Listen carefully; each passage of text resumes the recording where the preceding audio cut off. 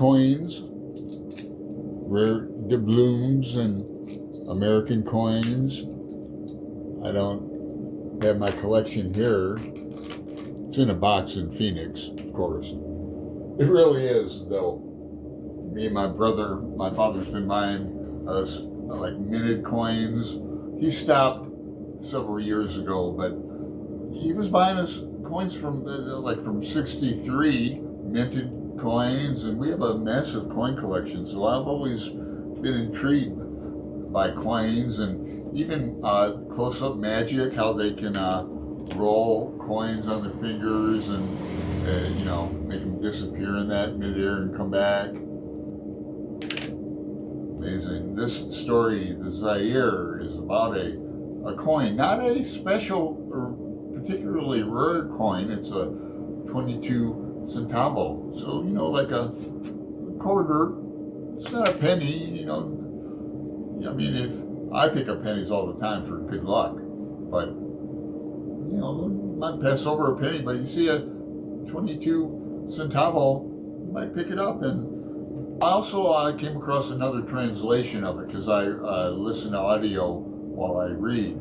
Now I have two collections of Borges on Audible, and one is from a different translator. So I did find one online for free, though, on YouTube.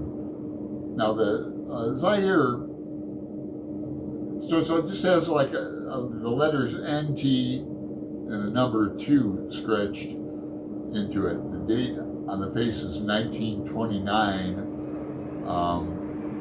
First paragraph, he gets into this mention of a tiger. Now later on, the symbol of the tiger is going to be related to obsession. If you know Borges, a lot of his writing is about obsession, multiplication, infinity, along that lines. He also has a dates in June, around June 7th, June 6th through July 17. And he, at the end of the first paragraph is the sentence, I am still, albeit only partially, Borges. So, right away we get the question, is Borges a character?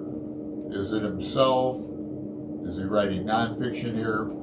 And I think that Borges is himself, but a younger version, like me. Here's a picture of my younger self when I didn't even have tattoos below my elbows. About probably 30 there. A young man, still, albeit only partially man.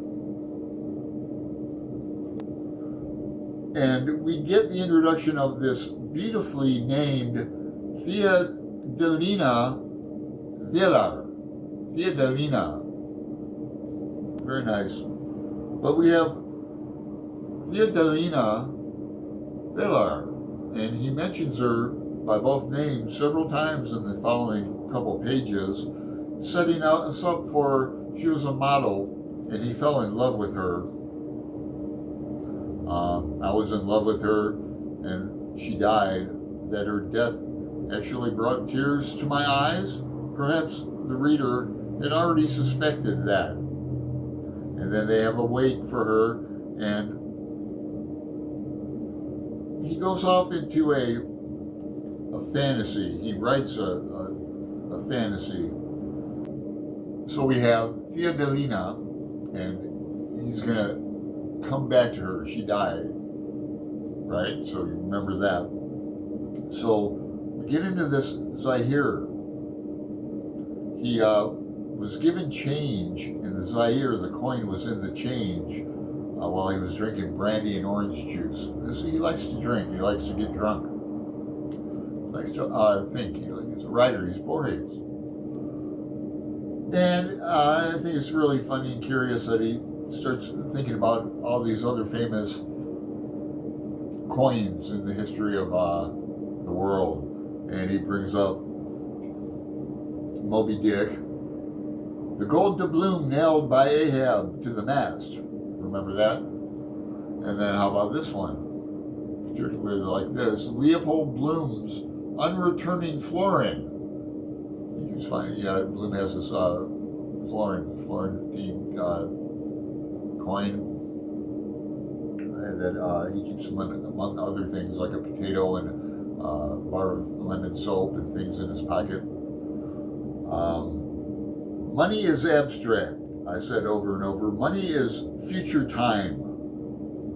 Adherents of determinism deny that there is any event in the world that is possible, that might occur. A coin symbolizes our free will. I had no suspicion at the time that these thoughts were an artifice against the Zahir and the first manifestation of its demonic influence. The next day I decided I'd been drunk. I also decided to free myself of the coin that was affecting me so distressingly. He orders another brandy and he pays for it with the Zahir, gets rid of it. This is reminiscent of the story, Borges' story, The Book of Sand, where it's a never-ending book that you can never go back to the same page once you've passed it. You can never find anything. It can never ending. And he finally gets rid of that book in a library at the bottom shelf. So it's much like that, this Zahir. He composes a tale of fantasy, like a fable story. He still cannot get the coin out of his mind.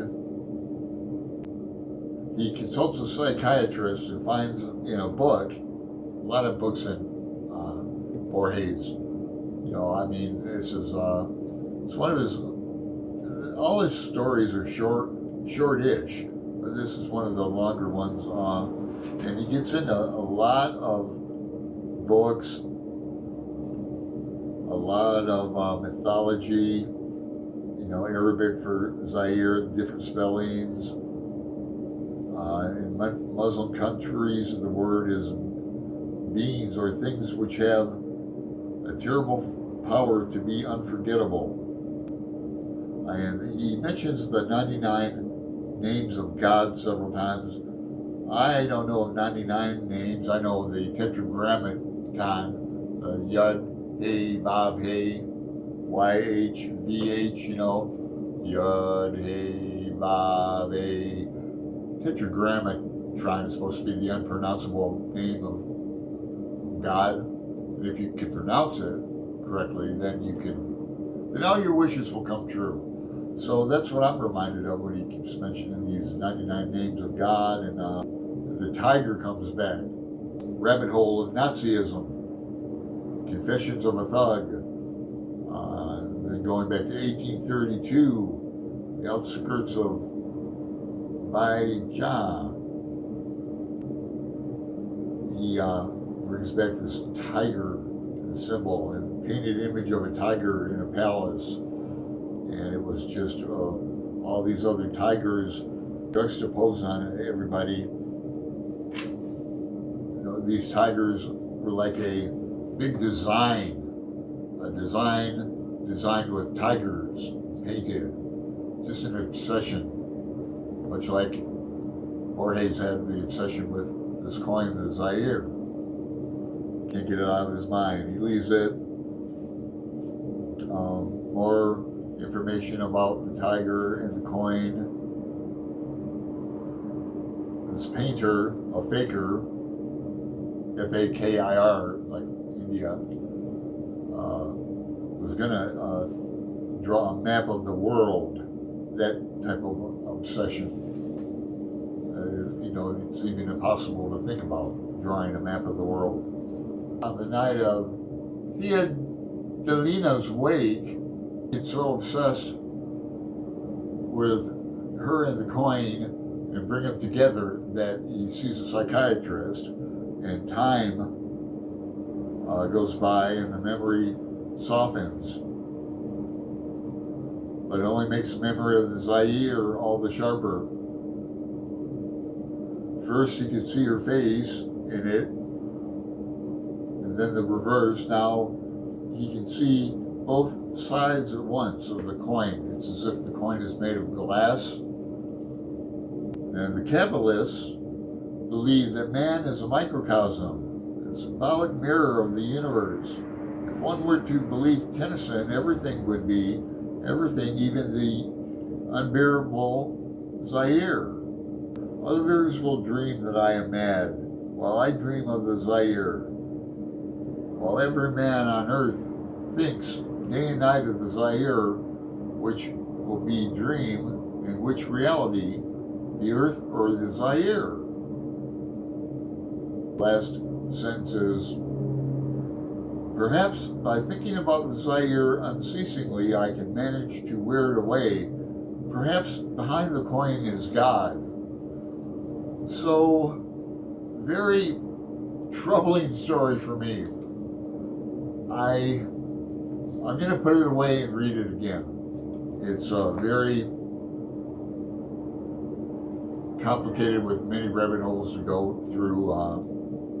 Boy, if you can enlighten me, I'm all ears. Thanks for your time. I'm going to forge ahead. Talk to you later.